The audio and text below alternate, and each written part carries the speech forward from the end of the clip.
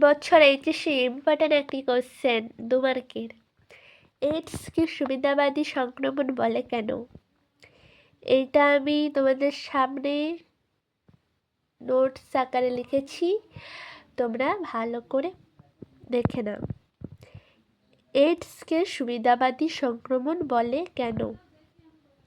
AIDS সৃষ্টিকারী জীবাণু HIV virus আমাদের দেহের হেল্পার টি সেলকে আক্রমণ করে, ফলে দেহের অনাক্রমণতন্ত্র সম্পূর্ণরূপে বিপর্যস্ত হয়। ফলে যে জীবাণুই দেহে প্রবেশ করে তার রোগ সৃষ্টির ক্ষমতা রাখে। এক্ষেত্রে এইচআইভি ভাইরাস নিজ সংক্রমণের মাধ্যমে অন্য জীবাণুগুলিকে সংক্রমণের সুযোগ করে দেয়।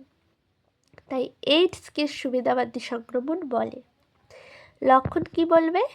এই ধরনের সুবিধাবাদী সংক্রমণের ফলে যে সমস্ত লক্ষণগুলি দেখা যায় সেগুলি হলো উদারময়, ওজন হ্রাস পায়, সর্বোচ্চ 10 কিলো, হেপাটাইটিস, স্মৃতিভ্রম।